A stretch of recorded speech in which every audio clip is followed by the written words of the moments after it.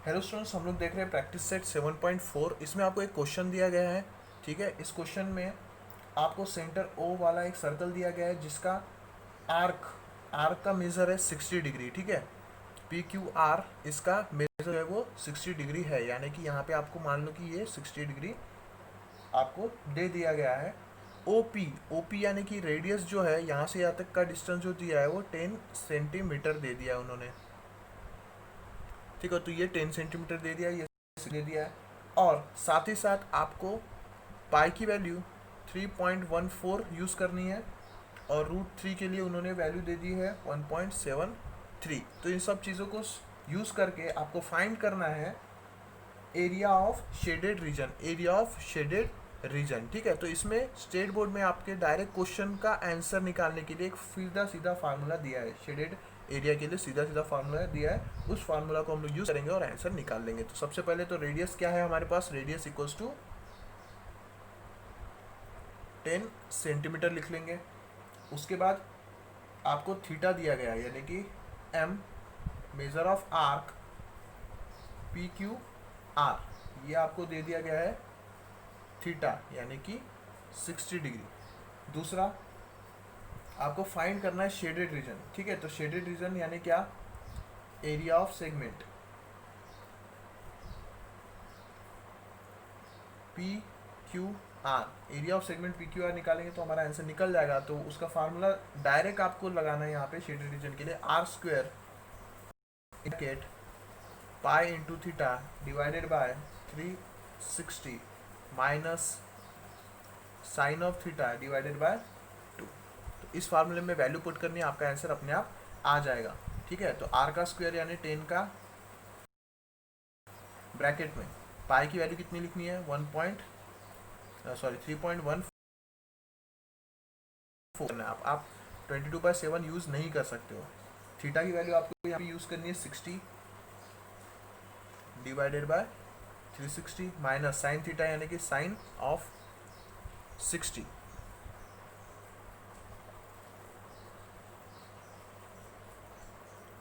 ठीक है, sign of 60 divided by 2। ठीक है, अब आप इसमें वैल्यू पुट करोगे, 10 का स्क्वायर 100 आ गया आपका। उसके बाद यहाँ पे आप देखोगे 60 और 360 डिवाइड हो जाएगा, नीचे रह जाएगा 6, ऊपर रहेगा 3.14 माइनस साइन 60 क्या होता है, √3/2। तो यहाँ पे आ जाएगा √3/2 डिवाइडेड बाय 2। ठीक है, आगे बढ़ेंगे हम लोग। आगे फिर √3 की वैल्यू हम लोग को डाल देंगे 1.7673। ठीक है, तो ये हो जाएगा 100 ब्रैकेट में आ जाएगा 3.14 divided by 6 minus 1.73 divided by 4। ये 4 कैसे आ गया, ये वाला 2 नीचे जाएगा तो 2 के साथ मल्टीप्लाई हो जाएगा तो 4 आ जाएगा, और √3 की वैल्यू हम लोगों ने 1.73 दी थी, उसको यूज़ कर लिया है। अब यहाँ पे क्या करना पड़ेगा, यहाँ पे डिनोमिनेटर सेम नहीं है। देखो यहाँ 6 है, यहाँ पे 4 है, तो हमको क्या करना है, क्रॉस मल्टीप्लिकेशन करना है। क्रॉस मल्टीप्लिकेशन करेंगे तो हमको आंसर कुछ इस तरह से मिलता है। तो यहाँ पे आ जाएगा आपका 100, क्रॉस मल्टीप्लाई करोगे तो क्या होगा, या फिर इसका एलसीएम भी ले सकते हैं। ठीक है, एलसीएम लो या फिर क्रॉस मल्टीप्लाई करो। तो एलसीएम लोगे तो इन दोनों का एलसीएम कितना आता है, 6 और 4 का एलसीएम, तो हम लोग 12 से मल्टीप्लाई करेंगे। तो 12 से मल्टीप्लाई करने से क्या होगा, 12 into 3.14 divided by 6 minus 12 into 1.73 divided by 4। एक स्टेप एक्स्ट्रा लिख रहे हैं हम लोग ताकि आपको ये चीज़ 10 6 का 12 में भाग जाएगा 2 से, तो 2 इंटू 3.14। ठीक है, माइनस यहाँ पे 4 का 12 में भाग जाएगा कितने से, 3 से, 3 इंटू 1.73। और ये इस तरह से थोड़ा इजी हमारे लिए बन जाता है।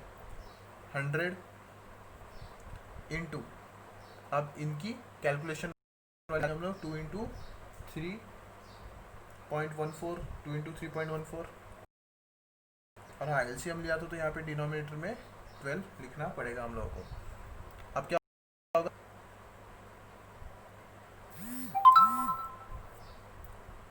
एक स्टेप थोड़ा सा हम यहाँ पे रह गए हम लोग, यहाँ पे ही 12 लिख लेना पड़ेगा। आपको में 12 लिखना पड़ेगा, ठीक है। डिनोमिनेटर में 12 लिखने के बाद ही आप ऊपर नीचे मल्टीप्लाई कर सकते हो 12 से, तो ऊपर भी 12 से नीचे भी 12 से, ठीक है। उसके बाद आप आगे कैलकुलेट करोगे। आगे कैलकुलेट करते समय क्या होगा, यहाँ पे मल्टीप्लिकेशन आ जाएगा आपका 2 इंटू 3.14, ये हो जाएगा 6.28 माइनस 3 इंटू 1.73, ये आ जाएगा 5.19 डिवाइडेड बाय 12, 100 इंटू 1.09 बाय 12, और यहाँ पे आपका आंसर आ जाता है 109 बाय 12, यानी कि 9.08 सेंटीमीटर स्क्वायर, ठीक है। तो इस तरह से आपका आंसर ये सेंटीमीटर स्क्वायर में आपको मिल जाता है। तो इस तरह से कैलकुलेट करना है, ज़्यादा टफ नहीं है, सिर्फ एक ही फार्मूला है जिसको आपको याद करना है, इसी फार्मूले को याद करना है, वैल्यू पुट करनी है, जो जो गिवन दिया है वही डालना है। आप अपने मन से 22.7 ले लोगे तो कैलकुलेशन में और ज़्यादा डिफिकल्टीज आ जाएगी, तो जो गिवन दिया है उसी को यूज़ करो, आपका आंसर आ जाएगा। नेक्स्ट क्वेश्चन देखते हैं। क्वेश्चन दिया हुआ है आपको।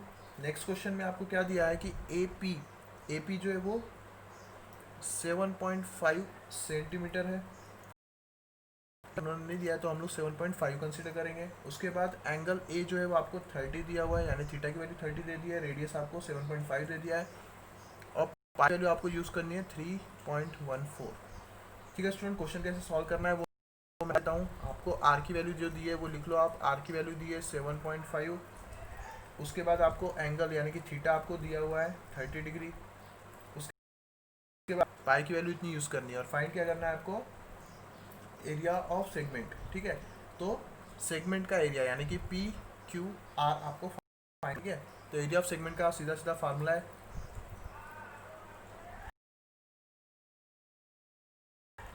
सेगमेंट का जो फार्मूला है आप उसको डायरेक्ट लगा दोगे। एरिया ऑफ सेगमेंट कौन सा सेगमेंट, पी क्यू आर का निकालना है हमको। तो फार्मूला आर स्क्वायर ब्रैकेट में pi theta upon 60 minus sine of theta upon 2, ठीक है। इसमें आप वैल्यू पुट करोगे, इस फार्मूले में वैल्यू पुट करोगे और डायरेक्ट आंसर निकाल लोगे, ठीक है। तो अब यहाँ की वैल्यू है 7.5, जिसको आप 7.5 इंटू 7.5 भी लिख सकते हो, 7.5 का स्क्वायर भी लिख सकते हो, डायरेक्ट आप कैलकुलेट कर लोगे। पाई की वैल्यू आपका 3.14, क्योंकि उन्होंने गिवन दिया हुआ है। थीटा की वैल्यू लेनी है आपको 30 divided by 360 minus sine of 30/2, ठीक है। अब आप इसको कैलकुलेट करते चलोगे तो आपका 7.5 का स्क्वायर हो जाता है 56.25। अंदर आप मल्टीप्लिकेशन करोगे, क्रॉस मल्टीप्लाई करो और बाकी सारी चीज़ें करोगे यहाँ पे। तो क्या करना है, यहाँ पे ले लो आप, डिवीजन कर लो। डिवीजन में क्या हो जाएगा, 30 को डिवाइड करेंगे हम लोग 12 से, 360 को डिवाइड कर देगा वो, 12 नीचे आ जाएगा, यहाँ पे 3.14 बच जाता है। माइनस साइन 30 कितना होता है, साइन 30 होता है 1/2, तो 1/2 और नीचे 2 है, तो ये नीचे ऊपर का 2 नीचे आ जाएगा और 2 को मल्टीप्लाई हो जाएगा। आगे बढ़ते हम लोग, हमारा आंसर आ जाता है यहाँ पे 56.25, यहाँ पे 3.14 डिवाइडेड बाई 12 माइनस 1/4। 12 और 4 में 12 जो है वो एलसीएम हम लोग ले सकते हैं, ठीक है। तो 12 हम लोग एलसीएम रखेंगे, ठीक है, और क्रॉस मल्टीप्लिकेशन कर लेंगे तो 56.25 एज इट इज़ रहेगा। यहाँ पे क्या हो जाएगा, 12 into 3.14 divided by 12 minus 12 into 1/4,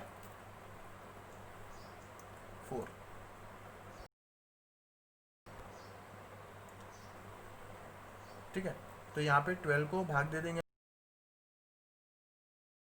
हमको एक इजी तरीका आपको बता देता हूँ मैं, ठीक है। ये कन्फ्यूजन आपको क्रिएट नहीं होना चाहिए, इसलिए 12 अगर मेरा एलसीएम है तो उसको पहले डिनोमिनेटर में 12 लिख लो, ठीक है। अब ऊपर क्या वो चीज़ मल्टीप्लाई होगी, 12 को डिवाइड करना है, तो मल्टीप्लिकेशन में क्या लेना है हमको, एलसीएम, यानी कि 12 को ही मल्टीप्लाई करना है। ऊपर और नीचे 12 होने की वजह से ऊपर वो कट जाएगा, ठीक है। माइनस 12 को ऊपर नीचे मल्टीप्लाई करना है, तो नीचे तो 12 लिख लिया मैंने, ऊपर 12 लिखूंगा तो ये 4 से उसको 3 से मतलब डिवीजन हो जाएगा, तो ऊपर आएगा 3 इंटू 1, क्लियर है। उसके बाद 56.25, यहाँ पे आप 3 में से तो ये हो जाएगा 0.14 डिवाइडेड बाय 12, तो इतना आपको मिल जाता है। फिर आप आगे कैलकुलेट करोगे तो क्या मिल जाएगा आपको, आगे कैलकुलेट करते समय आपको मिलेगा यहाँ पे, आप डायरेक्ट मल्टीप्लाई करोगे न्यूमरेटर को डिवाइड करोगे 12 से, न्यूमरेटर यानी कि 56.5 को डिवाइड कर मल्टीप्लाई करोगे 0.14 से, आपका आंसर आएगा 7.875, और उसको डिवाइड करना है आपको 12 से, 12 से इसको भाग दोगे तो कितना आएगा 0.65625। ठीक है, अब क्योंकि यहाँ पे आपको सेंटीमीटर या फिर मीटर कुछ नहीं दिया रेडियस, तो आपको यूनिट स्क्वायर या फिर स्क्वायर यूनिट, ठीक है, यूनिट या फिर, और आप इसको क्या लिख सकते हो 0.65625 स्क्वायर यूनिट। तो इस तरह से आपका आंसर आपको लिखना है। ठीक है स्टूडेंट्स, नेक्स्ट क्वेश्चन देखते हैं हम लोग।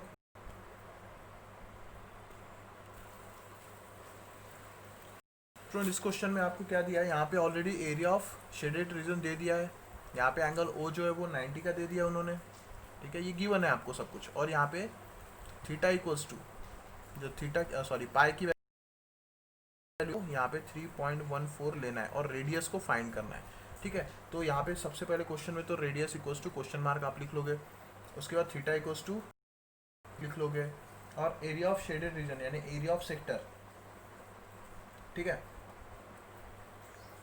Area of sector equals to area of sector कौन सा, P R Q equals to 114 centre square, ये ऑलरेडी आपको उन्होंने दे दिया है। ठीक है, अब फाइंड क्या करना है आपको, रेडियस फाइंड करना है, तो फार्मूला वही लगाना है जो एरिया ऑफ सेक्टर की लगता है। तो एरिया ऑफ सेक्टर का फार्मूला क्या है, area of sector equals to क्या होता है, आर का स्क्वायर, आर स्क्वायर ब्रैकेट में pi theta divided by 360 minus sine of theta divided by 2। ठीक है, अब यहाँ क्या करना है, हमको वैल्यू पुट कर देनी है और आंसर निकालना है। ठीक है, तो आप सीधे सीधे आप वैल्यू पुट करते चलोगे और आंसर निकालोगे। एरिया ऑफ सेक्टर की वैल्यू डाल दोगे आप यहाँ पे 114, उसके बाद आर स्क्वायर आपको निकालना है तो उसको एज इट इज़ रखोगे, यहाँ पे कितना आ जाएगा, पाई की वैल्यू आ जाएगा 3.14 डिवाइडेड बाय 360, और इंटू यहाँ पे 90 रहेगा, 90 और 360 कैंसिल होने वाले आगे आके, साइन ऑफ 90 डिवाइडेड बाय 2। ठीक है, तो साइन 90 कितना होता है, 1 होता है, आपको पता है, वैल्यू पुट करो यहाँ पे 114 आर स्क्वायर, यहाँ पे आ जाएगा 90 का 360 में डिवाइड हो जाएगा तो कितना हो जाएगा, 0 से कैंसिल, 9 चौक 36, तो 4 यहाँ पे आएगा 3.14 माइनस 1/2, क्यों, क्योंकि साइन 90 क्या होता है, 1 होता है इसलिए। ठीक है स्टूडेंट्स, तो फिर यहाँ पे आप क्या कर सकते हो, एलसीएम लेके अपना क्वेश्चन आगे बढ़ा सकते हो। तो यहाँ पे 114 एज इट इज़ रहेगा, आर का स्क्वायर एज इट इज़ रहेगा, यहाँ पे एलसीएम कितना आएगा 4, तो 4 से ऊपर नीचे दोनों साइड में मल्टीप्लाई करना है, डिनोमिनेटर में 4 लिख लेना है, 4 से ऊपर मल्टीप्लाई होगा और नीचे 4 दिख रहा है तो क्या हो जाएगा, कैंसिल हो जाएगा, 14 बचेगा, माइनस ऊपर 4 है नीचे 2 है तो यहाँ पे क्या आ जाएगा 2 इंटू 1 और नीचे डिनोमिनेटर में 4। ये एलसीएम वाली मेथड है।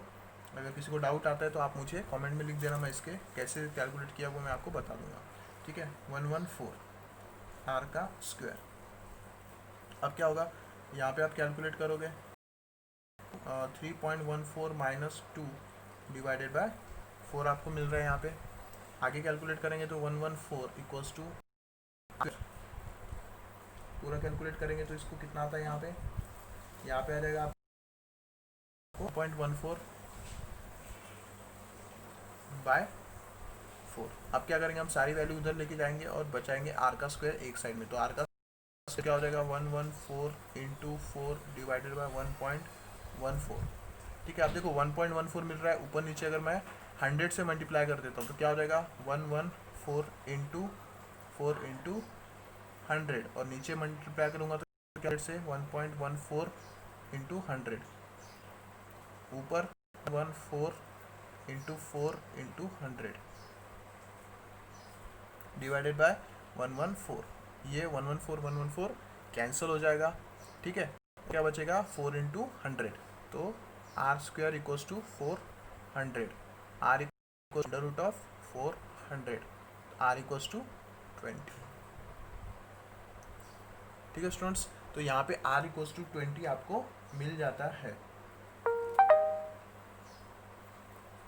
अब यहाँ पे सेंटीमीटर लिखना पड़ेगा क्योंकि यहाँ पे इसका जो यूनिट है वो सेंटीमीटर में दिया गया है। सेंटीमीटर स्क्वायर देखो यहाँ पे दिख रहा है, सेंटीमीटर का स्क्वायर, इस वजह से रेडियस भी सेंटीमीटर में आपको लेना पड़ेगा। अगर कोई क्वेश्चन है जो नहीं समझ में आया, या फिर कोई क्वेश्चन है जिसमें आपको डाउट है, या फिर कोई मेथड है जैसे एलसीएम की मेथड है जो नहीं समझ में आई होगी, तो आप मुझे कॉमेंट में लिखो, मैं आपके लिए अलग से एक वीडियो बना दूंगा ताकि आप फास्ट कैलकुलेशन कर सको एलसीएम का। Thank you.